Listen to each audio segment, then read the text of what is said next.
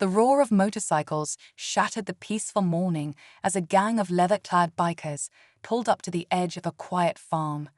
The gang, notorious for their intimidation tactics, had set their sights on the property, expecting an easy target. But they hadn't counted on one thing: the farmer wasn't just any ordinary man. Meet Jack, a humble, hard-working farmer who has spent years tending to his land. To the bikers, he looked like someone they could easily push around. What they didn't know was that Jack's calm demeanor hid a past forged in discipline, strength, and courage. Jack was a former Marine, a man who had faced challenges far tougher than a few bullies on motorcycles. As the bikers began making demands, Jack's piercing gaze hinted that this wasn't going to end how they expected. Little did they know, they had just picked the wrong fight. The leader of the biker gang, a burly man with a scruffy beard and a mean grin, leaned against his bike, sizing Jack up. "Nice piece of land you've got here," he sneered. "Shame if something happened to it." His crew chuckled, their laughter echoing through the otherwise serene farm. Jack didn't flinch. He simply stood there, his hands tucked into his pockets, his gaze steady and unreadable. What the gang didn't realize was that Jack had learned to read people during his years in the military. He saw through their bravado and recognized the cracks in their tough exterior. Still, Jack remained silent, letting the men believe they had the upper hand. The bikers grew bolder, kicking up dirt and revving their engines to disturb the quiet. Jack, however, stayed calm, quietly observing. But behind that calm exterior, his instincts as a Marine began to stir, preparing for whatever might come next. As the gang's taunts grew louder, one of the younger bikers kicked over a bucket of freshly picked produce.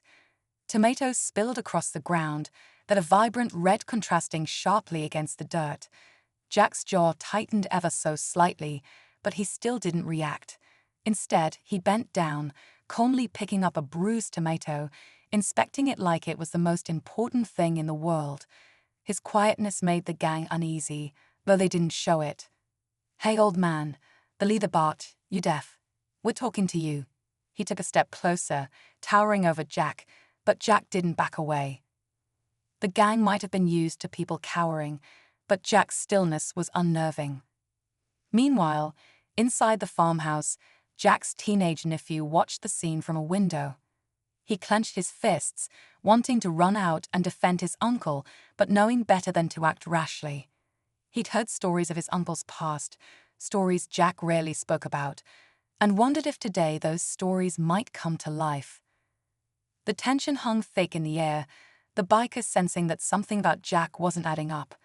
But instead of backing off, they pushed harder, completely unaware they were edging closer to a line they'd regret crossing. The leader smirked, stepping closer to Jack. "You're gonna regret ignoring us, old man," he growled, grabbing the brim of Jack's weathered hat and tossing it to the ground. The bikers laughed, their voices echoing across the quiet fields. Jack still didn't move, but his eyes narrowed ever so slightly, a flicker of something dangerous breaking through his calm demeanor. One of the bikers, a wiry guy with a chain slung over his shoulder, began circling Jack, trying to look intimidating. "What's the matter, farmer? Scared to stand up for yourself?" he jeered, swinging the chain lazily in one hand. Inside the farmhouse, Jack's nephew shifted uneasily. He could feel the tension boiling over. A weathered pickup truck rolled to a stop near the barn, its door creaking open. Out stepped a man about Jack's age, tall and broad-shouldered, with a steely gaze that matched Jack's own. The gang exchanged uneasy glances, sensing that this newcomer wasn't just a passerby. "Hey, Jack," the man called, his voice calm but firm. "Looks like you've got some company." Jack's nephew, still watching from the window, recognized the man instantly. It was Hank, a longtime family friend and another former Marine who had served alongside Jack. The bikers, oblivious to what was unfolding, chuckled nervously, trying to maintain their bravado. "Hank," Jack replied evenly, not breaking eye contact with the leader. "These boys think they're in charge." The subtle exchange between Jack and Hank sent a ripple of unease through the gang. As Hank leaned casually against his truck, his eyes swept over the group, silently assessing each one. It was clear to anyone watching that the odds had just shifted, and not in the bikers' favor. But the gang wasn't ready to back down, not yet.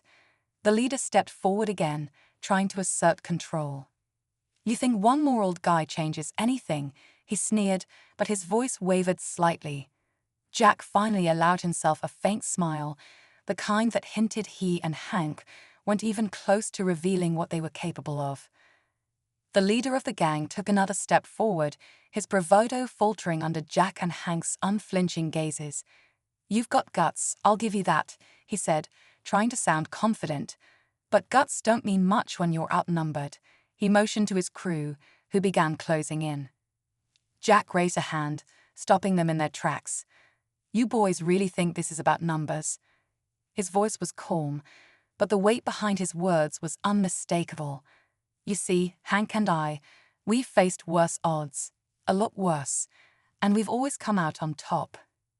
Hank stepped forward, his movements deliberate and steady. "Last chance," he said, his tone low but commanding. "Walk away now, or you'll wish you had."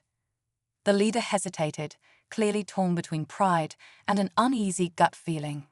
But before he could respond, a sharp whistle pierced the air. From behind the barn, two large dogs appeared, their ears perked and their eyes locked on the gang. Jack's nephew had released them, unable to sit idly any longer. The gang froze, their confidence unraveling as the dogs moved closer, their low growls echoing across the yard. Suddenly, the leader threw up his hands. All right, we're leaving," he barked, backing toward his bike. The rest of the gang quickly followed, muttering under their breath as they scrambled to their rides. Engines rolled to life, and within moments, they were gone, a cloud of dust trailing behind them. Jack watched until the road was quiet again, then turned to Hank, a faint smirk tugging at the corner of his mouth. "You know," Hank said, breaking the silence, "I was starting to think they'd stick around." Jack chuckled softly, bending to pick up his hat. They just needed a little reminder of who they were dealing with. As they walked back toward the house, Jack's nephew stepped outside, his face a mix of awe and relief. But before anyone could speak, Hank looked at Jack and grinned. "You didn't tell me you trained the dogs too." Jack shrugged. "A Marine's got to be prepared for anything." As the dust settled and the farm returned to its peaceful stillness, Jack, Hank, and the nephew stood together, watching the horizon. The tension that had gripped the air only moments ago was gone, replaced by a quiet sense of triumph. Jack placed a reassuring hand on his nephew's shoulder, his expression softening. "You did good," he said simply, acknowledging the boy's quick thinking with the dogs. Hank leaned against the porch railing, his eyes scanning